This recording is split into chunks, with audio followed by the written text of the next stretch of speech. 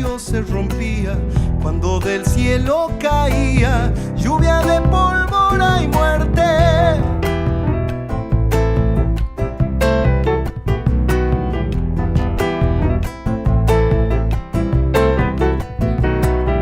Era el frío su equipaje, era el hambre muchas veces, eran los mismos ingleses admirando su coraje.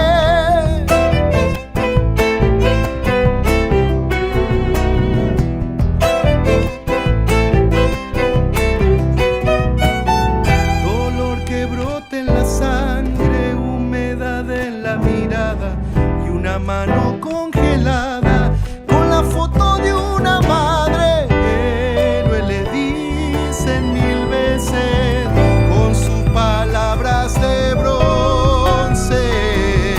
Si los valoran entonces, denle lo que se merece.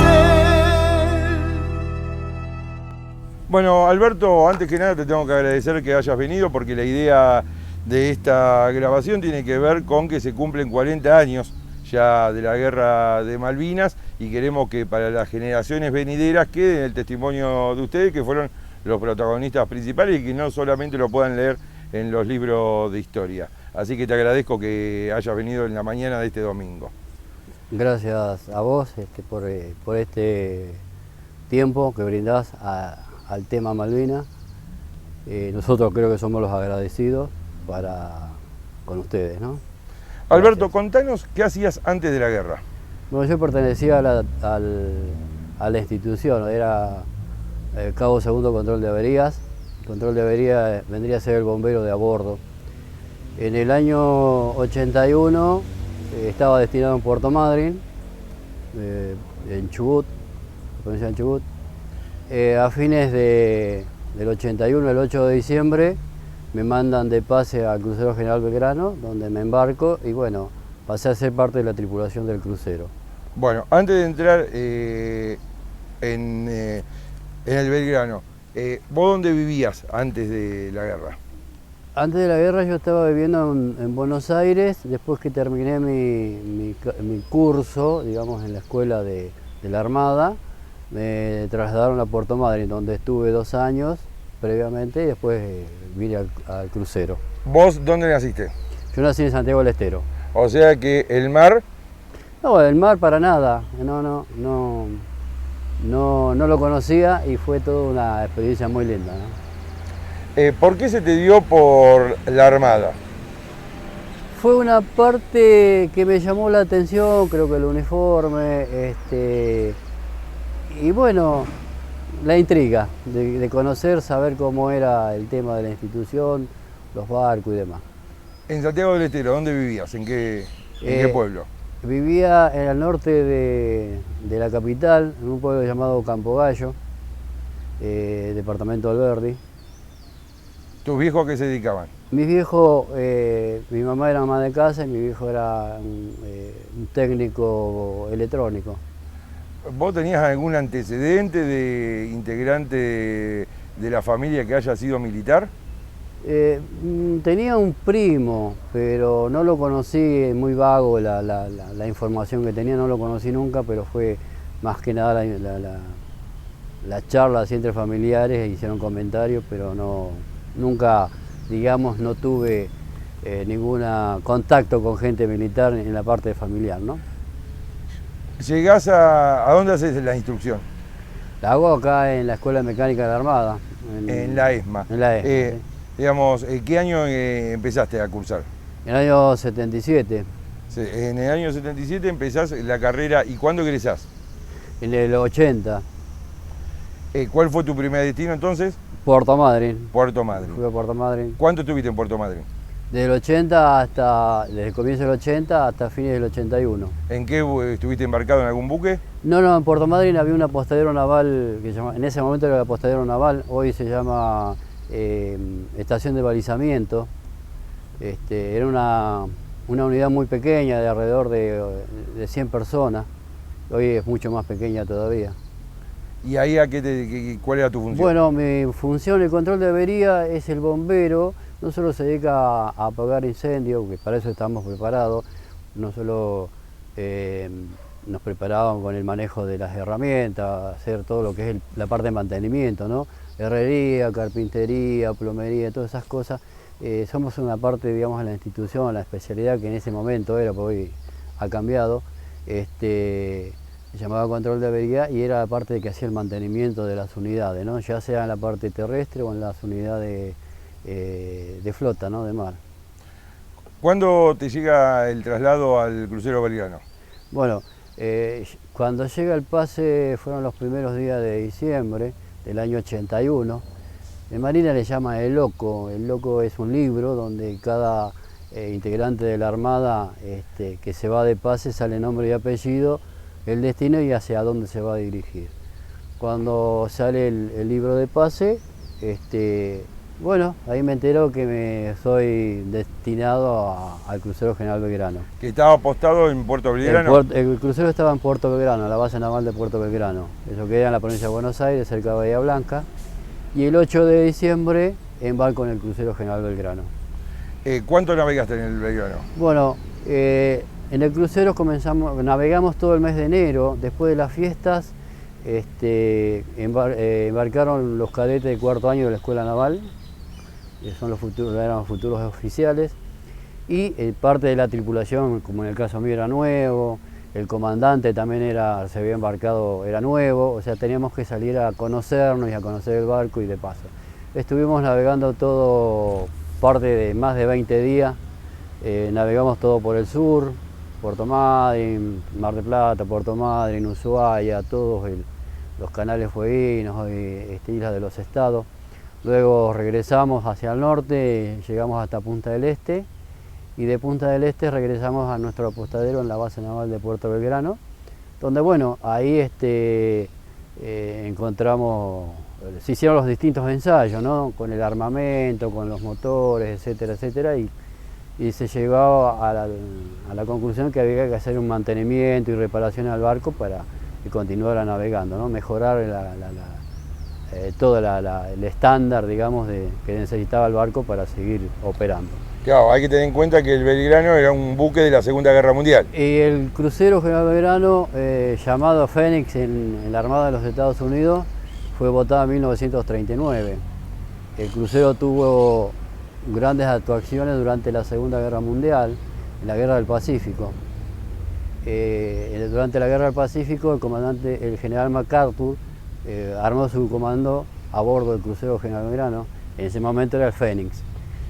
Es uno de los buques que zafó el momento que fue atacado Pearl Harbor por los alemanes, ¿no? A partir de ese momento, cuando vuelven a tierra, vuelven a General Belgrano, a la base naval. A la base naval, perdón. Cuando vuelven a la base naval, ¿qué es lo que hacen? Cuando volvemos de la base naval, después de la navegación esa de enero, que hicimos todo por el sur, y bueno, volvimos, ya sabiendo cómo estaba el barco, comienza el periodo de licencia. Entonces parte de la tripulación se va de vacaciones y otra parte de la tripulación queda a bordo para hacer las guardias y mantener el barco, digamos, activo, ¿no? Regresamos, yo todo el mes de febrero tomo las vacaciones, regreso y bueno, luego comienzan el otro periodo, y cuando el 2 de abril se toma Malvinas, nosotros estábamos en dique seco. O sea, no estábamos en dique seco propiamente, estábamos en la dársena, pero estamos en reparación. Que se estaba reparando toda la parte de popa, la parte de atrás del crucero, donde tenía la pista de vuelo, porque el crucero tenía un helicóptero pequeño, parte de las tuberías de la red de incendio, que ahí nos tocó trabajar. Se trabajaba muchísimo, tanto empresas contratistas como personal de la tripulación. En el caso nuestro teníamos un trabajo especial a la noche, lo hacíamos todo, cambiar parte de la cañería de incendio, hacer mantenimiento de las distintas válvulas, y etcétera, etcétera, ¿no? Cuando el 2 de abril yo me entero que se tomó Malvinas cuando estaba acá en Buenos Aires. Casualmente había sido unos días antes de Semana Santa, no recuerdo bien. Estábamos haciendo mantenimiento de las bombas de aspersión que tenía el barco, y vino mi jefe y me dice: venga usted, dice que lo necesito mandar de comisión. Entonces me dio unas instrucciones, unas directivas, y me mandó a Buenos Aires a buscar unas máquinas de proyección de películas de la Super 8, porque el crucero también tenía un pequeño cine en el hangar. Y bueno, vine a Buenos Aires, y cuando tomo el tren de retiro hasta San Miguel tomo un colectivo para ir a mi casa. Estaba justo parado en el semáforo que está ahí en el anexo de la Universidad de Luján, y por la radio dicen que había sido tomado Malvinas. Bueno, en ese momento me llenó una emoción muy grande, no sabía cómo expresarla, miraba para todos lados y nadie, bueno, todo el mundo prestaba atención, pero bueno, en mi caso era muy especial, ¿no? Y ahí es donde me entero que Malvinas había sido tomado en ese momento. ¿A dónde vivías vos en ese? Yo vivía en San Miguel en ese momento. En San Miguel. San Miguel, sí. Llegaste a San Miguel, ¿viste a tu familia? Llego a San Miguel, bueno, a mi casa, estaba con mi esposa en ese momento, mi ex esposa, que estaba embarazada. Bueno, estuve todo ese fin de semana. El día lunes fui, busqué los equipos que tenía que buscar, y me fui a Puerto Belgrano, y ya no volví a Buenos Aires. Y ahí comenzamos a trabajar mucho más fuerte para preparar el buque, para terminar, porque bueno, ya sabíamos que estábamos en un conflicto con Inglaterra, y así fue que el 16 de abril a las 12:30 comenzamos la maniobra de zarpada. Cuando zarpamos, apenas empezamos, digamos, tocamos el mar, ya salimos de la bahía, comenzamos con los distintos zafarranchos. Zafarranchos son los adiestramientos, ¿no?, de distintas especialidades, ya sea de combate naval, aéreo, zafarranchos de abandono, zafarranchos de incendio, etcétera, etcétera. Esa es una forma de que bueno, íbamos tomando conocimiento o tomando más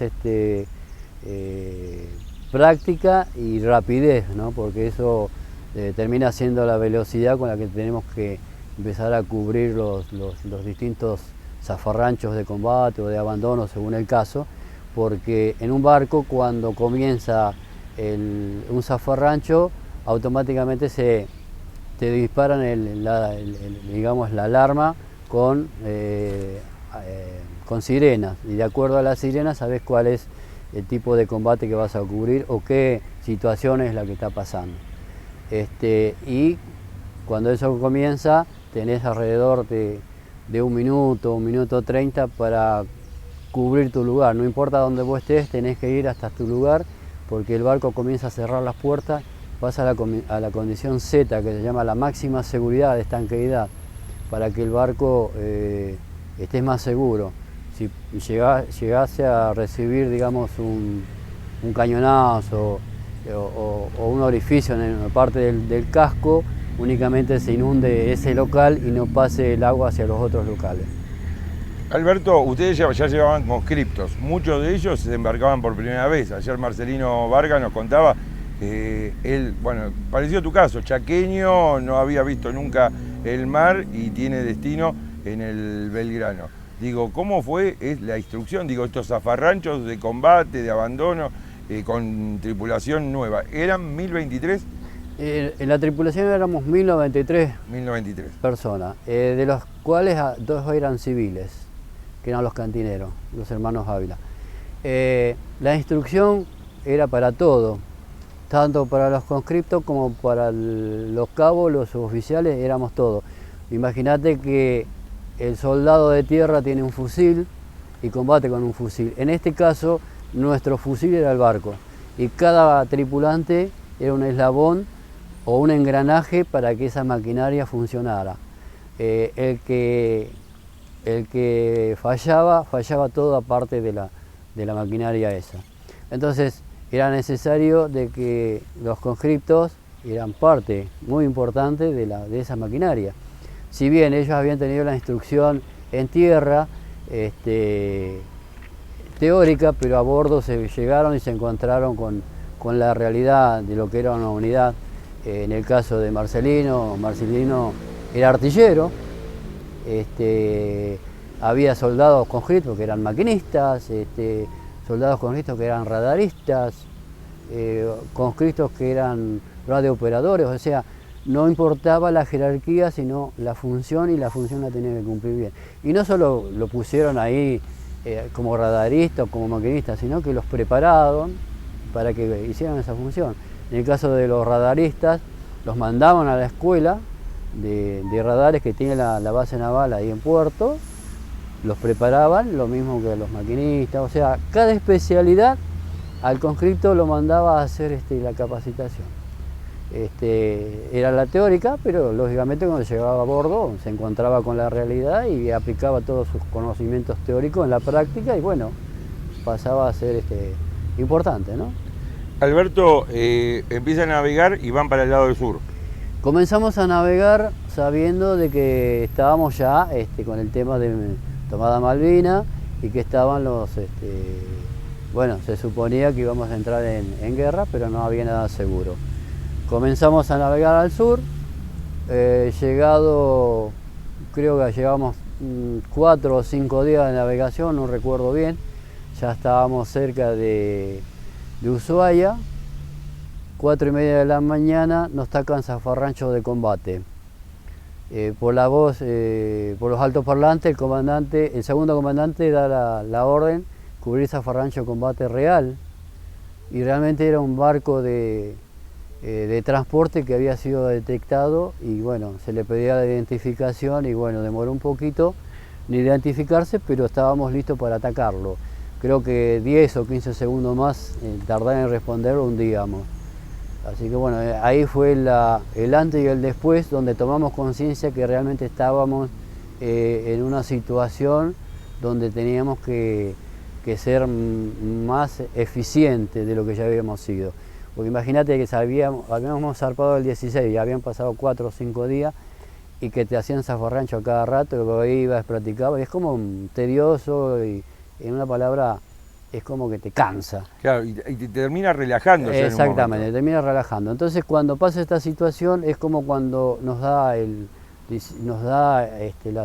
una verdadera situación de que realmente estábamos en algo serio. Entonces a partir de ese momento pasan a hacer las cosas mucho más eficientes, más rápido, y etcétera, etcétera, ¿no? Ustedes no llegan a estar cerca de Malvinas siquiera.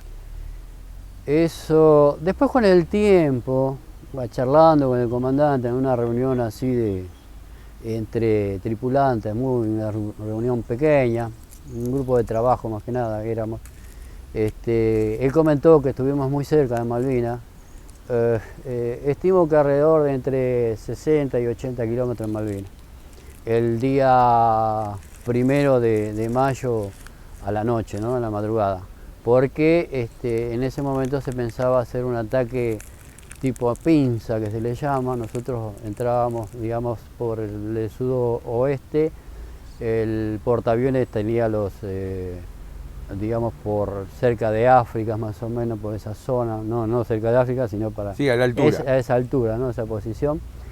Iba a lanzar los aviones, y nosotros, ellos iban a atacar a la flota con los aviones, pero bueno, ese día fue una cosa de loco, ¿no? En esa zona, el temporal de viento y olas altas es normal. El viento siempre es muy, está constante. Y ese día a la noche el portaaviones no pudo lanzar los aviones porque no tenía la velocidad de viento que necesitaba, porque los aviones, al estar artillados, llenos de combustible, tienen un peso distinto y necesitaban alrededor de, no sé cuántos nudos te podría decir, pero una importante nudo de velocidad del viento para que puedan despegar los aviones. Y no cumplían con el requisito, entonces se abortó esa situación. Y es ahí donde nosotros comenzamos a volver hacia el continente. Y yo te cuento que nosotros el 1 de mayo a eso de las 14:30, yo estaba descansando, había dejado el puesto de combate a las 2 al mediodía.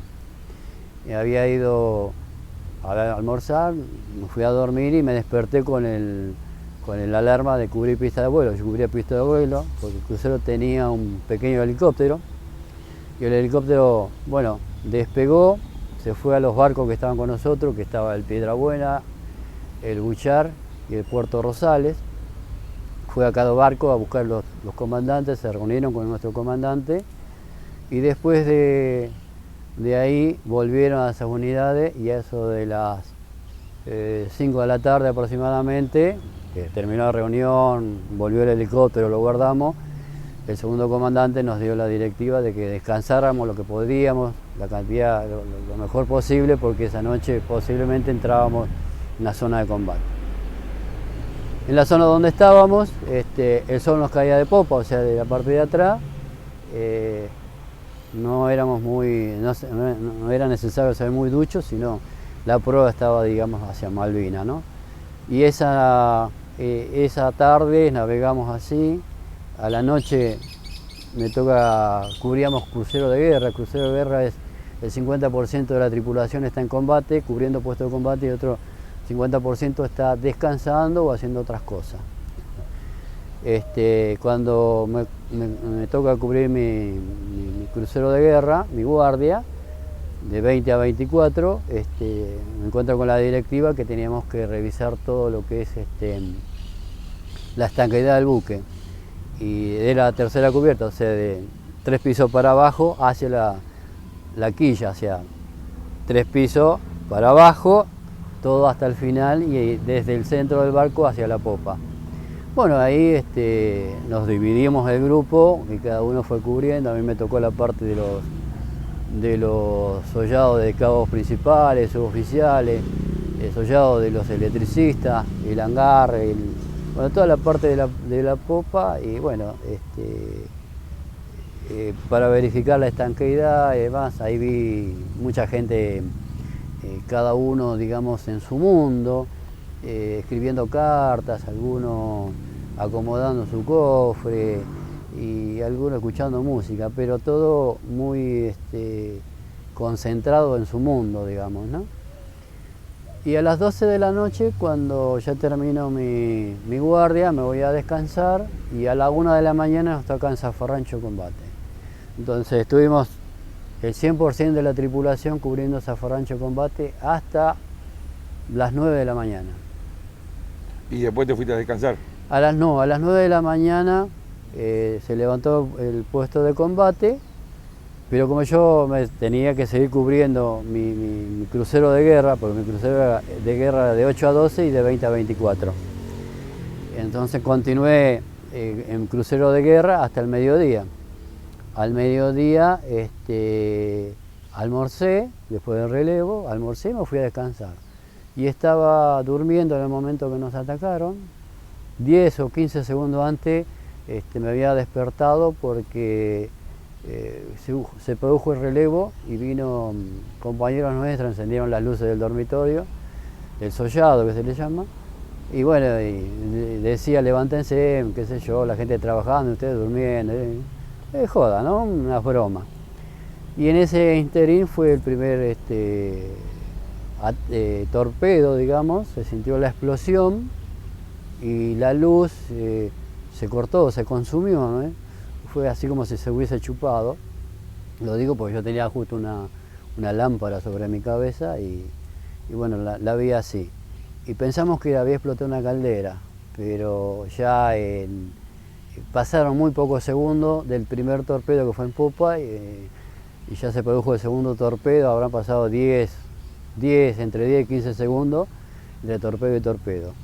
El de popa perforó, arruinó, destrozó toda la máquina popa, y el de proa arrancó 15 metros de proa.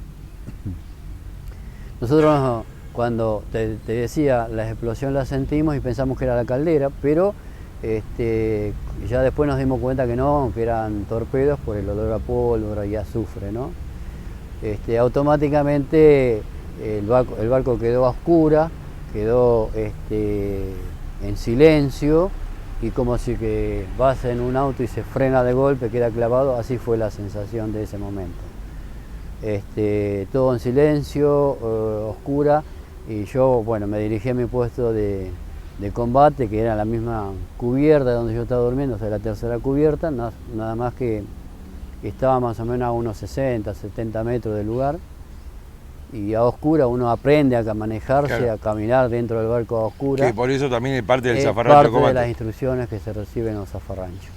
Entonces llegué a mi puesto de combate, no había nadie, lógicamente estaba lleno de humo, estaba justo en el comedor de tropa, el lugar ese, muy cerca del torpedo de popa, a unos 10 metros aproximadamente, 10, 12 metros. Y bueno, desde ahí saco unos equipos de respiración y linternas. En ese interín que salgo, encuentro 2 personas, las ayudo a salir porque estaban desorientadas, aturdidas, y me repliego hacia la cubierta principal, donde me junto con toda la otra parte de la especialidad de los controles de avería para empezar a trabajar.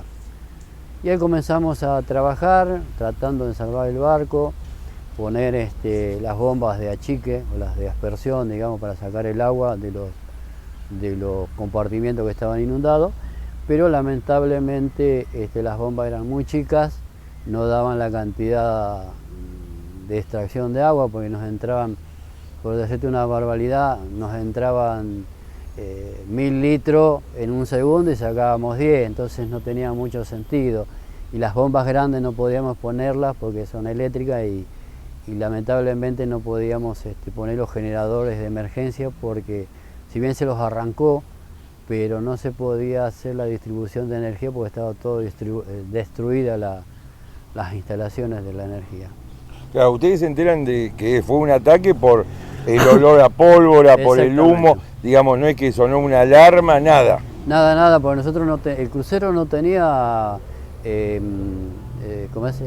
sonar.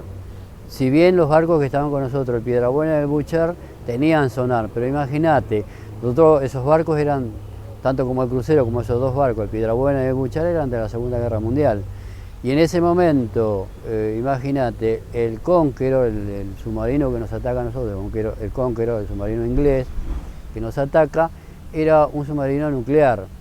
No, sí tenía la capacidad de portar armamento nuclear, pero la propulsión, esa batería nuclear, a una pila nuclear, digamos, es muy silencioso, es un buque que se puede sumergir hasta 3000 metros, algo así, no recuerdo bien, y puede estar hasta 30 días sumergido sin necesidad de salir a superficie.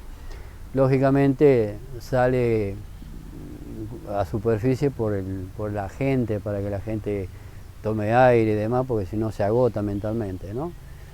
Imagínate, digamos que para transportar de 1982 a la actualidad, imagínate que cuando tener un auto carburado y tener hoy un auto inyectado con un montón de tecnología, más o menos ese es el nivel, ¿no? Claro, no se había escuchado absolutamente nada, por eso el ataque fue totalmente sorpresivo. Exactamente. Lo que sí, después con el tiempo leo un informe de un periodista argentino que toma parte del libro que escribió el comandante del Conqueror, donde dice que él a media mañana del 30 de abril nos había detectado, y ahí confirma parte de la situación de que nosotros vivimos en ese momento, el 30 de abril. El 30 de abril lanzamos el helicóptero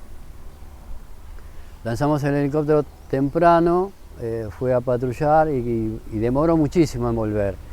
Entonces cuando regresó, ahora estaba más de una hora y pico volando, y regresó. Entonces comentarios que hicieron de que habían escuchado un ruido hidrofónico. El ruido hidrofónico es, bueno, porque el helicóptero tenía una pequeña sonda que lo lanzaba hacia el agua y iba patrullando y arrastrando a nivel del agua, y eso lo había escuchado, había detectado un ruido. Probablemente habrá sido el submarino, pero lo perdió. Y con el tiempo me confirma el señor el comandante del Conqueror, que no había detectado. Entonces, atando cabos, uno llega a esa conclusión que realmente. Entonces el señor incluso nos había encontrado cuando nos vio, incluso cuando estábamos haciendo combustible, porque hicimos combustible el 30 a la mañana, después que volvió el helicóptero. Y ese día estábamos haciendo combustible y también detectaron 2 aviones que regresaban y pensamos que eran aviones enemigos y eran argentinos. Tuvimos que cortar la carga de combustible. Bueno, eso fue cortar el combustible, toda una emergencia porque cada barco se abrió hacia un costado y se ensució toda la parte del costado del barco, parte de la cubierta, después había que limpiar, ¿no? Eso es peligroso no solo por el incendio, sino por las personas que se pueden resbalar o patinar y caerse, ¿no? Y lastimarse. Así terminó el 30, bueno, y el primero, como te decía, y hasta que navegábamos hacia el sur, hacia Malvinas, qué sé yo, y después del ataque el 2 de mayo, ¿no? Alberto, bueno, empiezan, ya el buque había recibido los 2 torpedos y empezás a replegarte. ¿Qué vas a buscar? ¿Balsa, tu balsa asignada? En mi caso no, porque la directiva es así, los control de avería, en el caso de mi especialidad, estaba hablando desde el oficial, suboficial, cabo, marinero y conscripto, que están asignados a la tarea de control de avería, no pueden abandonar el barco, son los últimos. El control de avería es el bombero, es como el bombero de tierra, cuando hay un incendio el bombero entra y el resto se va. En este caso todo se iba y nosotros nos quedábamos, tratando de salvar el barco. El segundo comandante, con un megáfono, desde el puente de comando, da la directiva de que todo el personal concurriera a sus balsas, excepto el personal de control de avería y el personal de destrucción y abandono del barco, y el personal de sanidad concurriera al puesto de socorro. Se cumple esa directiva. Bueno, comenzamos como te digo, los controles de avería, nos replegamos a la cubierta principal y tratamos de empezar a armar las bombas, a tratar de comenzar a bajar a las cubiertas bajas, a sacar gente herida, a recorrer el barco tratando de ver lo que pasaba, apagar los incendios porque había incendios, y por sobre todas las cosas rescatar compañeros que seguramente estaban heridos, que había muchos heridos y que fueron sacados, ¿no? En esa tarea, durante esa tarea, lógicamente el barco se iba escorando, cayendo hacia la banda, o sea, el barco estaba en esta posición cuando navega, después del torpedo empezó a caer a esta posición. Para, digamos, contrarrestar esa caída del barco, el segundo ordena que toda la tripulación se corriera hacia la otra banda para tratar de hacer un contrapeso, digamos, y darnos tiempo para hacer salvatajes, ¿no? Bueno, así fue esa tarea y se logró, y después, cuando se comenzó con la fuerte tarea, todo ese personal se corrió hacia la banda donde se estaba, digamos, hundiendo, a esta banda, y se tomaron de la mano entre todos para formar una barrera para que no nos cayéramos hacia la parte del agua, ¿no? Donde se estaba hundiendo el barco, hacia esa parte. Porque no solo ya el barco estaba escorado, sino que ya el barco también estaba sucio de petróleo, porque nos habíamos andado todo caminando, lo transportamos de las cubiertas bajas petróleo hacia la cubierta principal, lógicamente estaba todo resbaladizo y ya era toda una cadena entre compañeros y compañeros llevando heridos. Después de repente iban 2 llevando un herido y vos lo encontrabas y te agarrabas de un lugar, lo agarrabas de la mano, te agarrabas de un pasamano y llegabas y lo sacabas y lo llevabas hasta el puesto de socorro. El puesto de socorro vendría a ser un hospital pequeño de campaña, ¿no? Donde estaban los enfermeros, los médicos, y a los heridos los trataban de curar con lo poco que había, darle los primeros auxilios y bueno, ponerle alguna medicación, morfina, según la necesidad, ¿no? Y de ahí en más tratar de bajarlos a la balsa cuando llegaba el momento del abandono. ¿Cuándo abandonan el barco ustedes? En el caso mío, yo abandono el barco se termina de hundir a las 17 minutos aproximadamente. Y yo abandono el barco 20 minutos antes aproximadamente. Ya cuando no había más nada que hacer, voy a mi balsa, que estaba en el medio del barco, en el centro del barco, sobre la banda de estribor, no de la banda de babor, perdón, de babor, porque el barco se estaba hundiendo hacia estribor. Me voy a la otra banda, llego a la balsa, no estaba mi balsa, porque lógicamente ya se habían ido. Creo que era el único control de avería que cubrían esa balsa. Entonces bajo por el costado del barco prácticamente caminando, porque el barco estaba así, prácticamente bajo caminando, tomado de una cuerda. Llego hasta la coraza era un pedazo de acero que cubría la parte baja del barco, que eran más o menos 30 centímetros.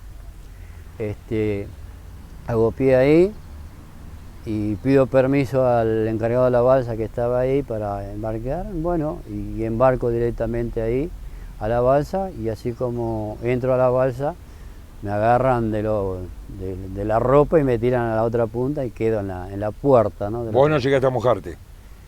Sí, o sea, directamente de la balsa hacia, no toco agua, pero sí, las olas me mojan. Claro, sí, pero digamos no caí al agua. No, tuve la suerte de no caer al agua.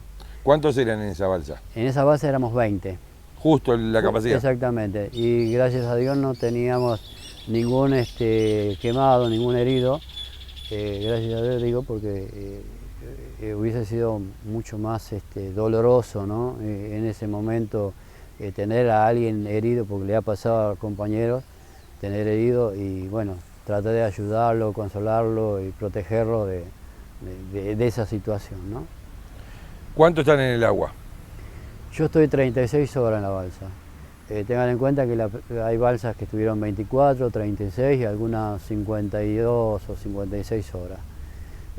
Fueron, digamos, distintas situaciones, porque cuando nosotros nos hunden hay una corriente que sube hacia el norte y una que baja. A nosotros nos toca la que baja, la que va hacia la Antártida, y esa corriente nos arrastra hacia el sur, hacia la Antártida. Por eso es que tardan mucho los barcos en encontrarnos, o sea, no los barcos, sino los aviones, porque comienzan a patrullar, digamos, desde el norte hacia el sur. Claro. Lógicamente eso le da un tiempo más largo, ¿no? Y aparte de patrullar en una zona muy grande, muy complicado. Y los barcos iban también navegando, pero bueno, no tenían información. Alberto, ¿cundió la desesperanza en algún momento? Yo creo que no, al menos en nuestra balsa no. Yo recuerdo que tenía un soldado, un conscripto de San Miguel, flaquito, y decía: me quiero morir, tengo frío. Realmente estaba en una remera y un pullover nada más, estaba mal abrigado. Y todo adentro, estábamos todo el tiempo mojados, ¿no? Y yo con un compañero mío, un maquinista, le decía: bueno, vos no te vas a morir, vos pensás que hace calor, y lo tiramos al piso de la balsa, al costado de la balsa, no al piso ni al costado, y nos tiramos encima y le hacíamos masaje para darle calor, y bueno, y ahí era como que volvía de vuelta. Esa era una forma de que todos nosotros nos diéramos aliento, no solo de esa forma, haciendo masaje en las piernas. El que estaba al frente mío me hacía masaje a mí, yo le hacía masaje a él en las piernas, el compañero te hacía masaje en las espaldas y cosas así, para darnos calor. Y aparte que estábamos mojados, nos entraba agua, cada rato teníamos que estar sacando agua de adentro de la balsa, porque las olas eran tan grandes que por las puertas entraba el agua. Si bien estaba cerrado, pero igual entraba, el agua filtraba igual. Imagínate que nosotros estábamos navegando esa noche del 2 de mayo. Ten en cuenta que el sur, a partir de las 5:30 de la tarde, 6, es todo oscuro, no se ve más nada. Entonces y comenzó a levantarse viento y ola. Tuvimos viento de unos 100, 120 kilómetros y olas de 8 a 10 metros. Imagínate que en algún momento nuestra balsa estaba acá y de repente estaba en la cresta de la ola y caías como un ladrillo, ¿no? O a veces venía la ola, que quedabas abajo y te caía encima la ola y todos nosotros dentro de la balsa, con el momento, a medida que iba pasando el tiempo íbamos aprendiendo más sobre la marcha. De distinto ruido ya sabíamos o íbamos a la cresta de la ola o quedábamos abajo. Entonces, de acuerdo a eso, si sentíamos el ruido de la ola, íbamos a caer, íbamos a quedar debajo de la ola. Entonces todos levantamos los brazos para darle una mayor seguridad al techito de la balsa, para que no nos hundiera, sino esa agua caía adentro, o sea, sobre la balsa y nos podía hundir, ¿no? Y bueno, así fuimos el tiempo. ¿Todo el tiempo fue así, esas 36 horas? Todo el tiempo, todo el tiempo. O sea que no durmieron absolutamente nada. No, el tema dormir en una zona con mucho frío es morir. Y esa es la famosa muerte dulce que le llaman. Dicen que te vas sintiendo calor y te vas muriendo. Y nada que ver. Entonces en este caso había que mantenerse despierto. Ninguno podía dormir, porque estaba medio cabeceando, lo despertabas y así. El frío que teníamos encima, todos era muchísimo. Nos hacíamos pis encima para sentir un poquito de calor. ¿Nunca volviste a sentir un frío así? No, nunca. Hoy por hoy, entrar en el mar, ese golpe de entrar al mar en esos segundos, siento ese golpe y es como que siempre digo que nuestro cerebro tiene la memoria que me quedó ahí, pero son segundos, pero no me causa, digamos, como un frío así en todo el cuerpo, pero no nada, digamos, grave, ¿no? Después sigo normalmente, puedo estar en el mar, no tengo drama. ¿Volviste a navegar? Sí, volví a navegar, volví a navegar. Volvamos a la balsa. 36 horas, ¿quién lo rescata? Bueno, después de esas horas que estuvimos ahí, imagínate que vos abrías la puerta de la balsa y no veías nada, lo único que veías era el cielo todo gris, las olas que subían, bajaban, vos escuchabas que había balsas cercanas por los silbatos, pero no veías nada. Estuvimos en esa situación, en un momento dado escuchamos un parlante, unas voces, y abrimos la puerta, que yo abro la puerta de mi lado, que estaba con este maquinista, y del otro lado había otras personas también, y encontramos un barco. No te sabría decir dónde, la distancia, porque en el mar las distancias no tenés un punto de referencia, entonces no te podés decir si estaba a 100 metros, 200 metros. Lo único que vi que había un barco y dijimos, tenemos un barco. ¿Qué barco es? No sé, es uno gris. Claro, ¿qué barco? ¿Era inglés o argentino? No sé, es uno gris. Todos los barcos de guerra son grises, ¿no? No importa la nacionalidad, son todos grises. Entonces, bueno, ahí donde nos decían que nos manteniéramos dentro de la balsa y que esperáramos directiva. Bueno, estuvimos ahí alrededor de unos 10, 15 minutos, hasta que nos dieron la directiva que comenzáramos que asumáramos que nos iban a decir lo que íbamos a hacer. Bueno, nos asomamos por la puerta, entonces nos dijeron que amarráramos la balsa, nos tiraron unos cabos, unas cuerdas, y amarramos la balsa de un lado y del otro, y comenzaron a descender. Entonces comenzaron la gente por un lado, había unas escaleras y unas rejillas que se usan para desembarco, bueno, tratando de subir. Entonces cada uno subía como podía. Claro, porque encima el oleaje seguía. El oleaje, imagínate que en algún momento la balsa estaba al mismo nivel del barco y en otro momento estaba a 10 metros abajo. Entonces tenías que esperar el momento de que la balsa subiera para tratar de agarrarte y bueno, y ahí te ayudaban a subir. Y aparte, cada vez que quedaba menos gente, es más complicado. Es se más hacía la balsa. complicado. Encima nos pasa una situación donde se nos corta uno de los cabos, una de las cuerdas de la balsa. Entonces quedan teniendo una de las personas, de los tripulantes, teniendo con la mano, porque había que evitar que se abriera la balsa, ¿no? Que se mantuviera amarrada al barco. Bueno, se va esta persona.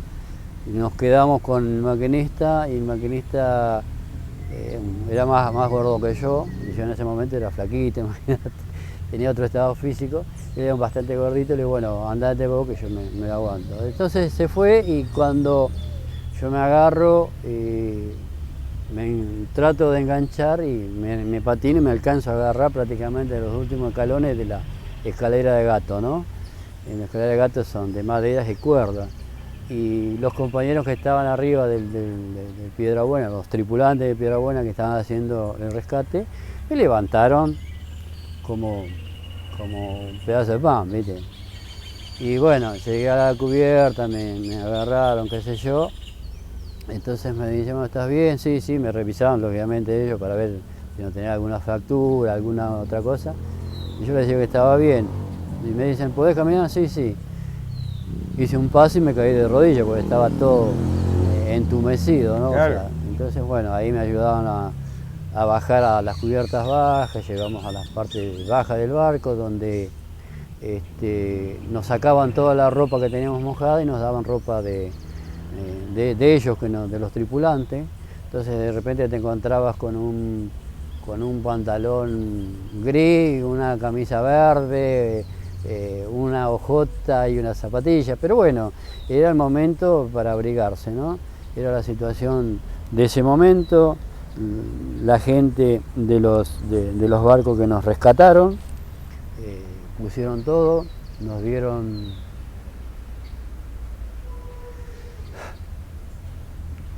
su ropa, su comida y su cama. Perdón. Alberto, ¿te quedó algo en el Belgrano que vos hubiese querido llevártelo? ¿Algún recuerdo? ¿Algo que...? Mirá, yo tengo mi diario personal de a bordo, que es una libreta negra que la escribí desde el primer día que empezamos a navegar y la pude rescatar, pues la tenía dentro de un bolsillo de mi abrigo y en el momento que me rescatan, me acuerdo, la retiro y la tengo conmigo. Hoy por hoy es uno de los recuerdos importantes, más el cinturón, que lo he usado desde que entré a Marina, lo tengo guardado en mi casa. ¿Qué me hubiese querido llevar del crucero? Y todos los que quedaron. ¿Entendés?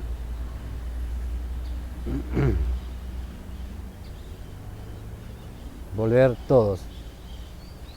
Fuimos, 2023,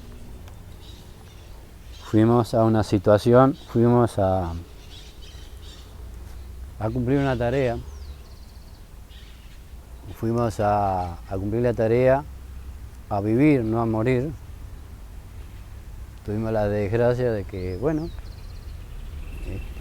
nos atacaron y Dios eligió 323 para llevárselos con él, para que naveguen con el crucero. Y entonces estas situaciones, estas cosas que ustedes hacen y lo que nosotros hacemos en la parte de malvinización es una forma de honrar a esos 323 del Belgrano, no solo ellos, a todos los héroes de Malvinas, todos los que están en Malvinas enterrados, todos los que están navegando en el mar. Es una forma de honrarlos a ellos y que no se pierdan en el olvido y por sobre todas las cosas darle el cariño y respeto a los familiares. ¿El Piedrabuena dónde va? ¿Cómo? ¿A dónde va? ¿A dónde los deja el Piedrabuena? El Piedrabuena nos trae hasta Ushuaia. El día 5 de mayo Mar Ushuaia, en Ushuaia alrededor de las 6:30 de la mañana, y de ahí nos desembarcan, nos suben a unos micros, y esos micros nos llevan hasta la base aeronaval de Ushuaia, y en la base aeronaval de Ushuaia entramos en un hangar. El hangar es un depósito de aviones que es inmenso, y ahí entramos, pasamos por ese lugar, nos dan ropa, nos cambian de ropa, esa ropa que nos había dado la gente del Piedrabuena, nos la sacan y nos dan unos overoles verde y unas zapatillas blancas, que son muy abrigados, muy lindos. Y nos dan unos sándwiches de milanesa, sándwich de jamón y queso. Que te resultaron los más ricos de la historia. Exactamente. El rancho volante, como le llamaban Marina, eso. Y después un atado de cigarrillo, y de ahí pasamos por un lugar y quedamos ahí descansando. Había unos colchones, ahí podíamos sentarnos, había sillas, y ahí estábamos todos hasta más o menos, estuvimos ahí hasta las 10, la verdad sería entre las 10 y las 12 de la mañana. Estuvimos ahí, donde se produce el primer transporte, digamos, de los tripulantes del crucero, los sobrevivientes, hacia la base aeronaval de Comandante Espora en Bahía Blanca. Cuando salíamos de ahí del hangar, había una sola forma de salir, era por una puerta, y antes de salir hacia afuera, había unas mesas donde te identificaban, te tomaban nombre, apellido, grado, de dónde eras, te sacaban un montón de información, y de ahí salías y automáticamente tenías unos cordones de soldados, de ahí de la unidad, y la única forma era de salir del hangar y subir al avión. Subimos al avión y de ahí volaron, bueno, el primer vuelo llegó creo que como a la 1 de la tarde, 2 de la tarde, no recuerdo bien. Yo llegué como a las 4 a Espora. Llegamos ahí a Espora, bajamos del avión y nos formamos y entramos, salimos desfilando. Estaba la banda de música que nos recibió con la marcha de la Armada y después la marcha de San Lorenzo, creo que era, no recuerdo bien. Y fuimos hasta un lugar donde nos paramos y había muchos familiares de algunos de los tripulantes, nos saludaban, bueno, mucha gente en realidad, mucha gente nos saludaba, nos brindaba un cariño muy lindo, nos daban, no sé yo, abrazos, besos. No sabemos ni quiénes eran, pero bueno, era el cariño que nos daban, ¿no? A partir de ahí subimos a un micro y nos llevaron hasta el Hospital Naval de Puerto Belgrano, donde nos hicieron un examen médico, radiografía, bueno, todo los examen médico básico. Lo más grave, lógicamente, les hacían más profundo, ¿no? E incluso algunos quedaron internados. A mí, en mi caso, lo único que tenía era una pequeña quemadura en el muslo de la pierna izquierda, pero nada importante. Me hizo una ampolla grande, pero no era importante. A partir de ahí nos mandaron al comando de flota. El comando de flota estaba como a unos 600, 700 metros del hospital. Fuimos ahí, nos dieron una documentación transitoria y se coordinaron los transportes a las distintas partes del país para llevar a los tripulantes, ¿no? ¿Tu familia, a diferencia de otros, sabían que estaban en el Belgrano vos? Sí, mi familia sabía, pero sabían de que nos habían hundido, pero no había información de cómo estaban, quién se habían rescatado, ni nada. ¿Y cómo se entera tu familia? Bueno, mi familia no se entera hasta que yo no llego. Cuando el 5 de abril, a eso de las 9 de la noche, tomamos un micro directamente hasta Buenos Aires. Yo me bajo en Liniers, me tomo el tren en Liniers hasta Moreno. Moreno me tomo un colectivo hasta... ¿El 5 de junio? No, el 5 de mayo. Ah, 5 de mayo. Eso el 5 de mayo llegamos a Ushuaia. Después o sea que automáticamente, digamos, lo tuyo fue rápido. Todo rápido fue. El 5 de mayo llegamos a Ushuaia, 5 de mayo a la tarde estuvimos en Bahía, en Puerto Belgrano, ¿no? Y a las 9 de la noche estaba viajando a Buenos Aires. Llego el 6 de mayo a Buenos Aires, a la mañana temprano. Llego a Liniers, como te digo, tomo el tren a Moreno. ¿Vos vestido de marino? No, porque me había cambiado de civil porque yo tenía afuera de la base, había unos lugares donde vos podías alquilar unos loques. Y ahí yo tenía alquilado, tenía ropa civil y bueno, ahí dejé el overol ese verde, me cambié de civil y me vine a Buenos Aires con un bolsito y algunas pertenencias, pocas pertenencias, ¿no?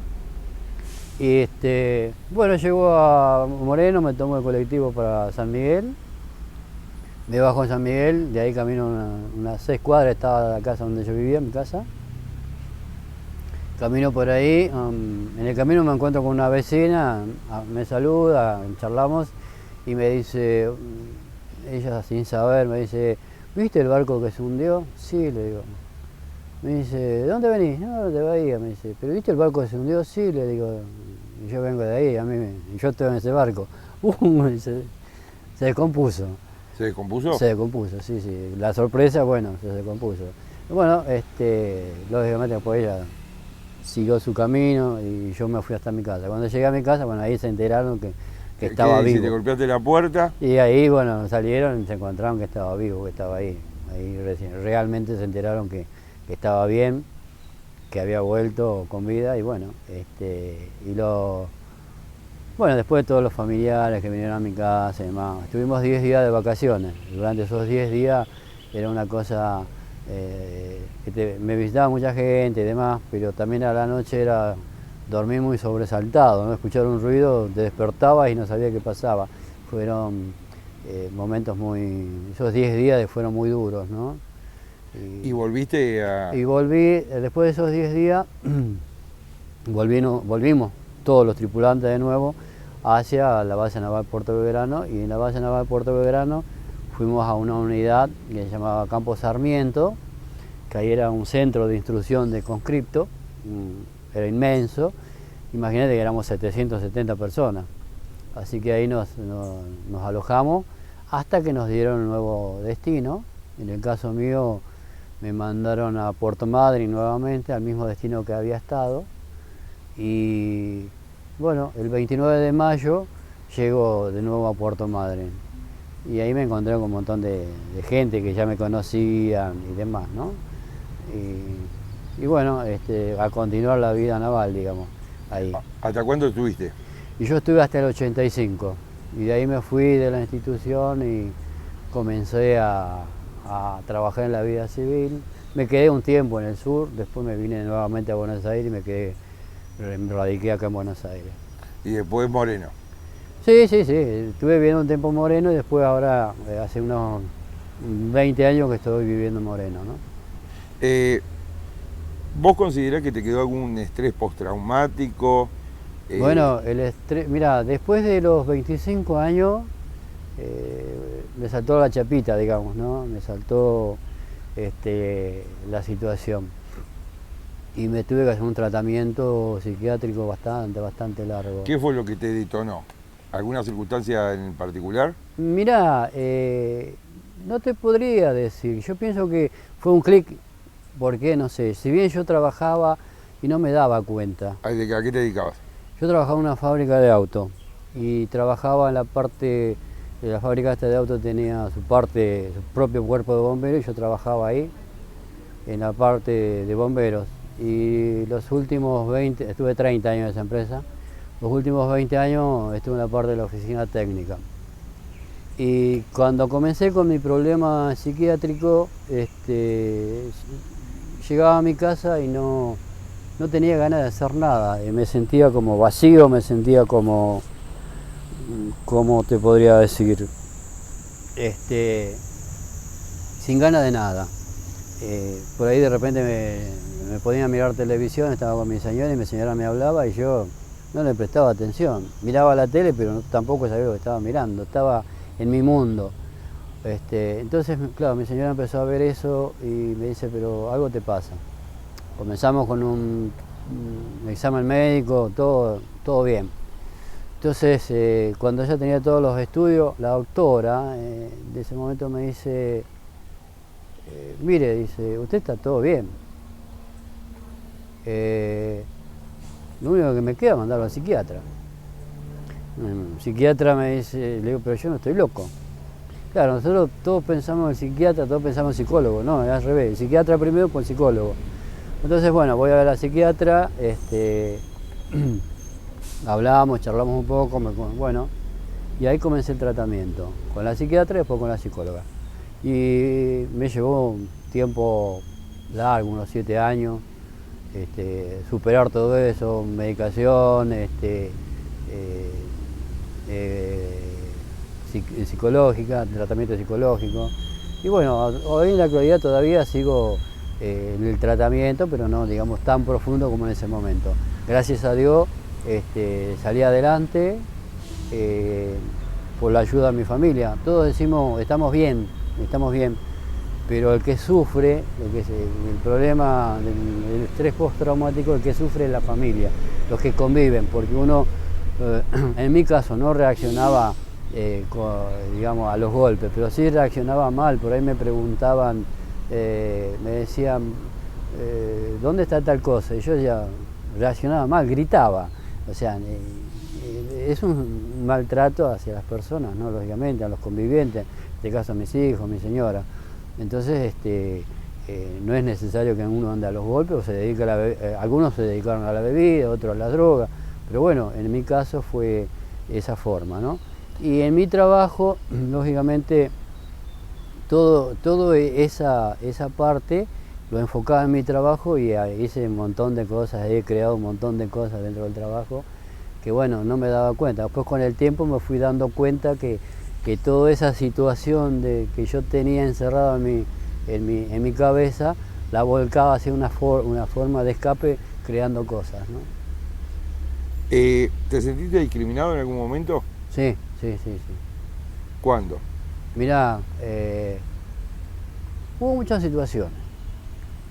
Primero, cuando ibas a buscar trabajo, me ha pasado, cuando yo pasé a hacer la parte civil, cuando dejo en Madrid, estoy viviendo, me voy de Marina, un día, un fin de semana, al lunes siguiente estaba trabajando, no tuve problema.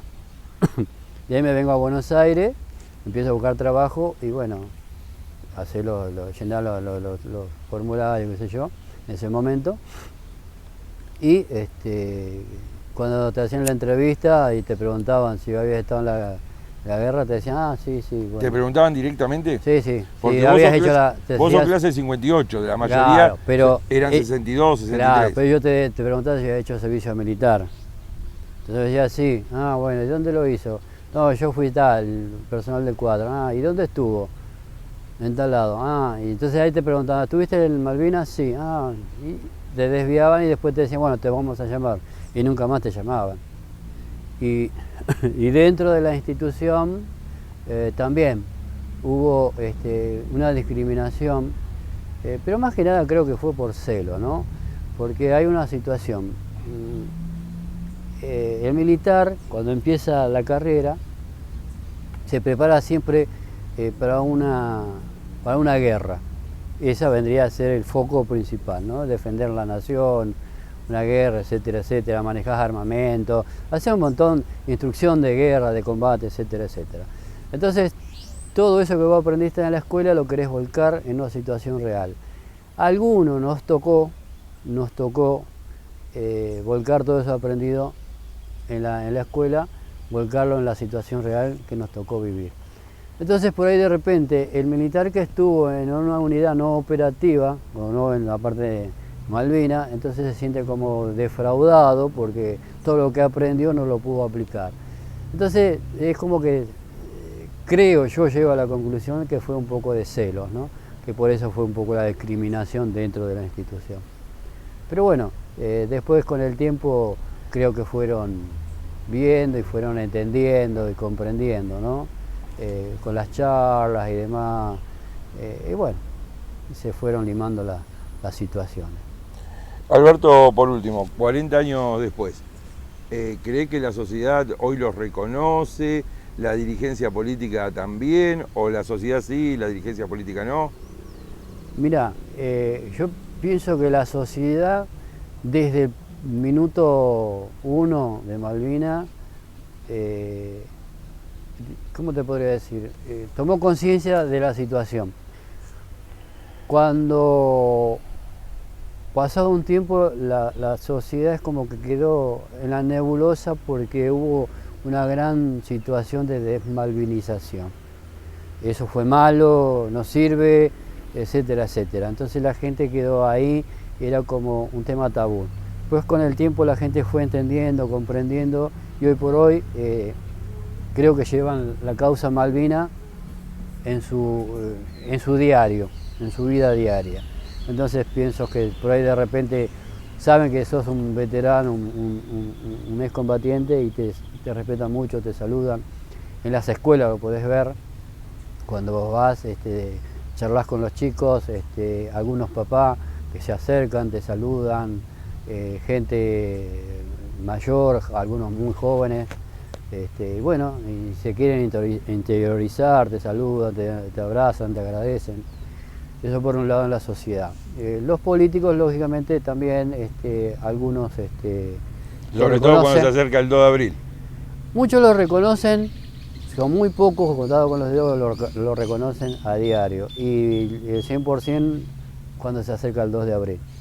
El 2 de mayo no existe porque, bueno, no es. Pero bueno, si se puede hacer un análisis, el 2 de mayo sería tan importante como el 2 de abril. El 2 de mayo tendría, tenemos que verlo así.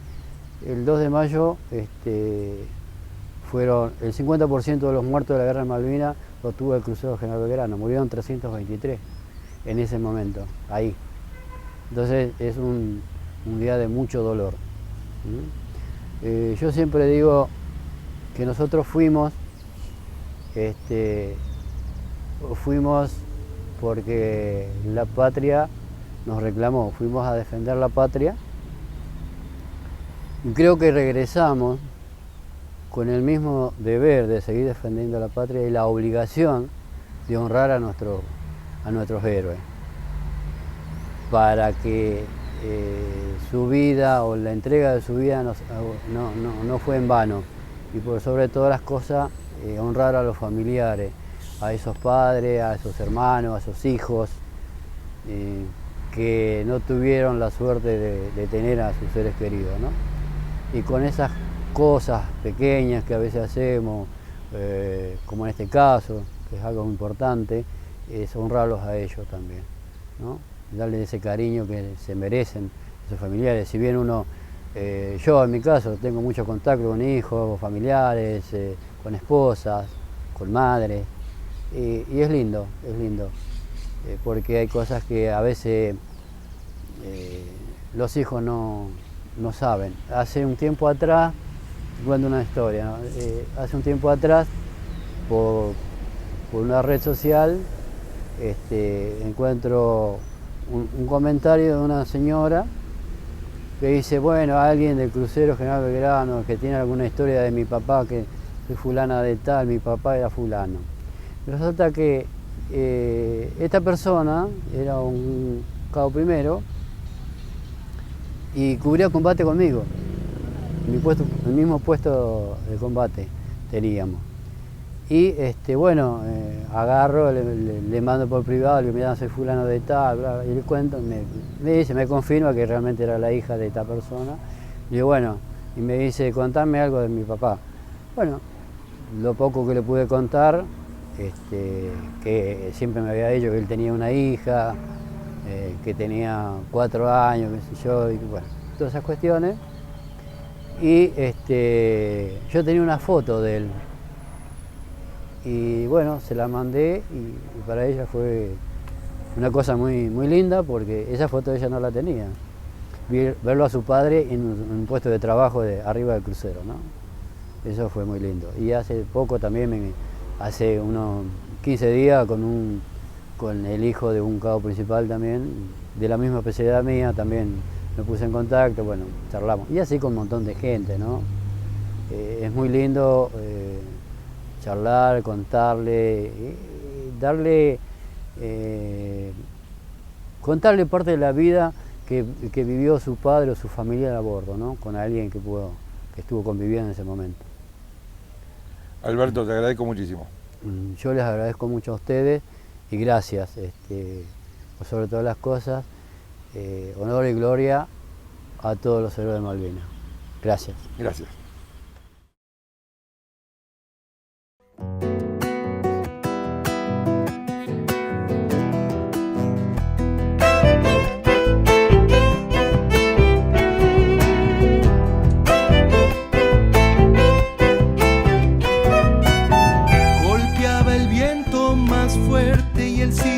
Se rompía cuando del cielo caía lluvia de pólvora y muerte.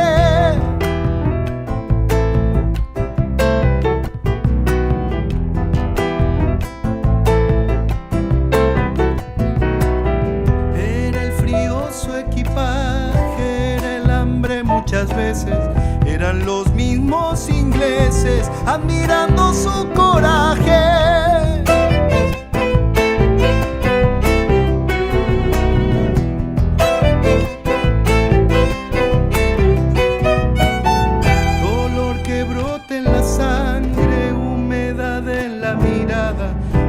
Mano congelada con la foto de una madre, héroe le dicen 1000 veces con sus palabras de bronce. Si los valoran entonces, denle lo que se merece.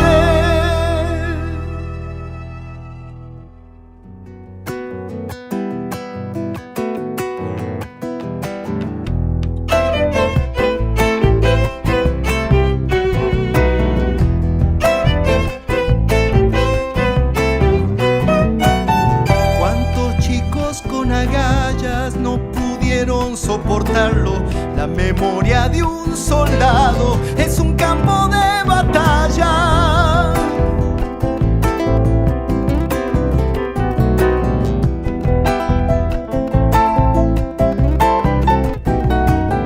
Carga con la pesadilla que bombardea su mente, el insomnio de un valiente que lucha y no se arrodilla.